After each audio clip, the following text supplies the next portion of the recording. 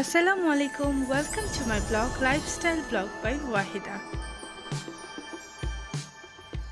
এবার অনেক দিনের জন্য পূজার ছুটি পেয়েছিলাম, তো ভাবলাম একটু বাসা থেকে ঘুরে আসি। খুব বেশি দিন না হলেও মাত্র 3 দিনের জন্য বাসায় গিয়েছিলাম, সেটাই আপনাদের সাথে আজকে শেয়ার করব। যাওয়ার আগের দিন রাতে সব কিছু গুছিয়ে বাস চলে গেলাম বাসায়। যাওয়ার সাথে সাথে আপন আমাকে বারান্দায় ধরে নিয়ে গেল, কারণ ও অনেকগুলো মুরগি আর 2টা খরগোশের বাচ্চা কিনেছে। আর ওর সাথে জয়েন করেছে আমাদের ছোট্ট রওজা আর আফজা।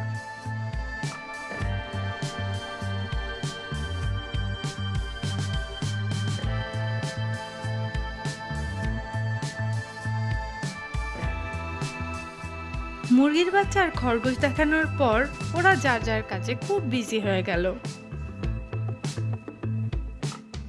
মাঝে মধ্যে আমার ক্যামেরা দেখলে একটু হাই হ্যালো আর একটু পোজ দেয় আর কি।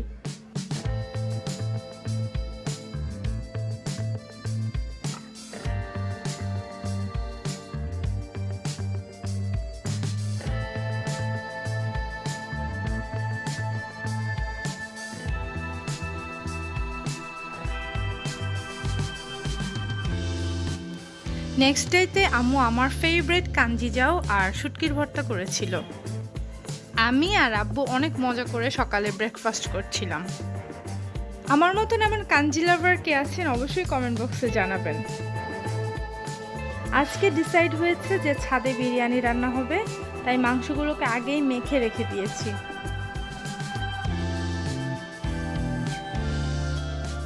এরপর আমরা সবাই মিলে তারপর ছাদে চলে গিয়েছিলাম।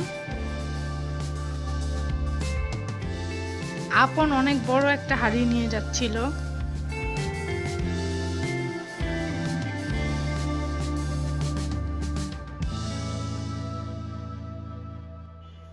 ছাদে বিরিয়ানি রান্না করলে অনেক তাড়াতাড়ি বিরিয়ানি রান্না হয়ে যায়, তো বাচ্চারা সবাই মিলে খেলা করছিল।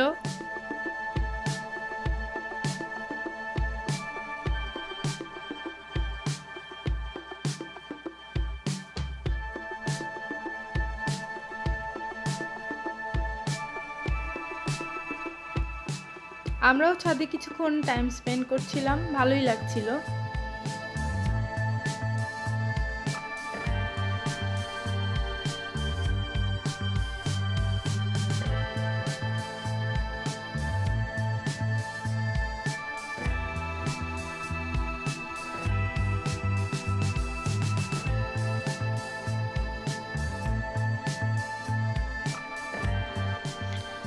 আর আম্মু এদিকে একটু হালিম বসিয়ে দিয়েছে ছাদের মধ্যেই। ছাদে অনেক গরম লাগছিল, সো আম্মু বলল আজকে থাক, ছাদে খাওয়ার প্রয়োজন নেই, আমরা সবাই নিচেই খাওয়া দাওয়া করবো। সো আম্মু একটা বড় হাঁড়ির মধ্যে এগুলো সব নিয়ে তারপর আমরা নিচে চলে গিয়েছিলাম। এভাবে শেষ হয়ে গেল আরও একটা দিন। থার্ড ডে সকাল সকাল আমরা আমাদের একটা মামার টেক্সটাইল মিলে গিয়েছিলাম ভিজিটে। অনেক দিন পর এ ধরনের মিলে আমার যাওয়া হয়েছে। অনেক ছোটবেলায় আমি মিল দেখেছি, কারণ আমার নানার মিল ছিল, এখন আর নেই, সো আসলে যাওয়া হয় না। তো এখানে একটা পারপাসে আমরা গিয়েছিলাম। এই টেক্সটাইল মিলগুলো বাংলাদেশের ইকোনমিকে অনেক বেশি স্ট্রং করে, আর এই জন্যই নারায়ণগঞ্জকে প্রাচ্যের ড্যান্ডি বলা হয়। আর এদিকে বিকেলবেলা একটু শ্রিম টোস্ট করা হয়েছে, আর সাথে ছিল আমার ফেভারিট পাস্তা।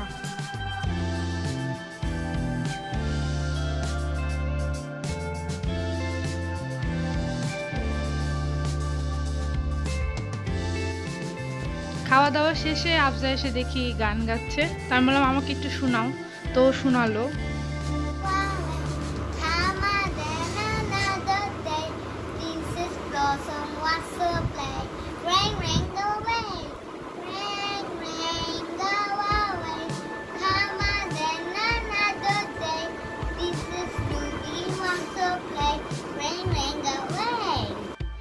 দেখতে দেখতে আমার বিদায়ের মুহূর্ত চলে এসেছে।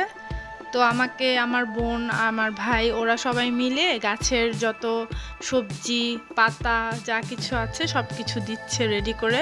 আমি বাসা থেকে আসার সময় সবসময় আমার ছাদ বাগান থেকে কিছু না কিছু নিয়ে আসা হয়।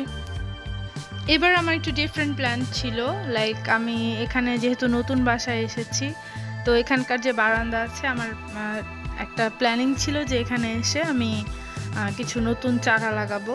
তো আমি বাসা থেকে কিছু মাটি আর কিছু চারা নিয়ে এসেছি, খুব অল্প পরিমাণে নিয়ে এসেছি, যে এটা হয় কি না, ওয়েদার স্যুট করে কি না, সব কিছুর জন্য অল্প করে প্রথমে নিয়ে দেখব, যদি হয় পরে আবার অনেক কিছু নিয়ে আসা যাবে। আমার দিকে তাকাও।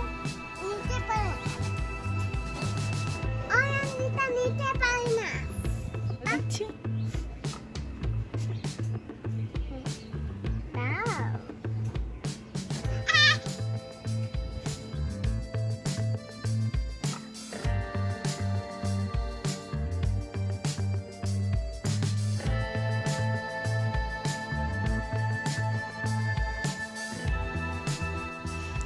আমার বাসার জন্য আমি যে যে চারাগুলো এনেছিলাম সেটা হচ্ছে নয়নতারা, পর্তুলিকা, স্নেক প্ল্যান্ট, মানি প্ল্যান্ট, পুদিনা পাতা, অ্যালোভেরা, এগুলো।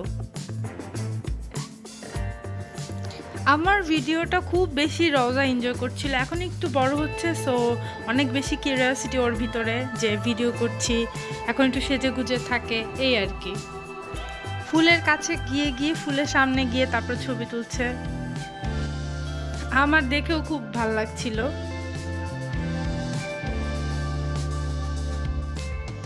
এর মধ্যে আমার বোন সবগুলো গাছকে প্যাক করে দিয়েছিল সুন্দর করে।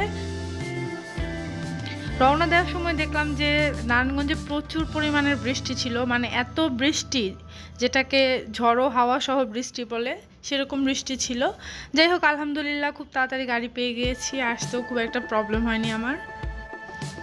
বাইরে তাকিয়ে ওয়েদার দেখছিলাম আর মনে হচ্ছিল যে ওয়েদারটা পুরো আমার মনের কথা বলছে, কারণ আমার আসার সময় খুব খারাপ লাগে, বাসা থেকে যতবারই আসি ততবারই খারাপ লাগে। আমার কাছে মনে হয় যে প্রতিটা মেয়ের ফিলিংসই এরকমই কাজ করে। তো যাই হোক, ফার্স্টে এসে আমি গাছগুলোকে আগে সেট আপ করলাম। প্রথমেই আমার কাছে অনেক টব ছিল না, সো আমি কিছু প্লাস্টিকের বোতল ইউজ করেছি, মাটির পাত্র ইউজ করেছি। সেদিন রাতেই ফারবিন এসেছিল, ও আমার জন্য একটা লেমন গ্রাসের চারা এনেছিল। এটা ছিল 1 উইক পরের ভিডিও। প্ল্যান্টগুলো মাশাআল্লাহ অনেক গ্রো করেছে। So this is it for today. আর আমার ব্লগ আপনাদের কাছে কেমন লেগেছে অবশ্যই কমেন্ট করে জানাবেন, আমার চ্যানেলটিকে সাবস্ক্রাইব করবেন। ধন্যবাদ সবাই।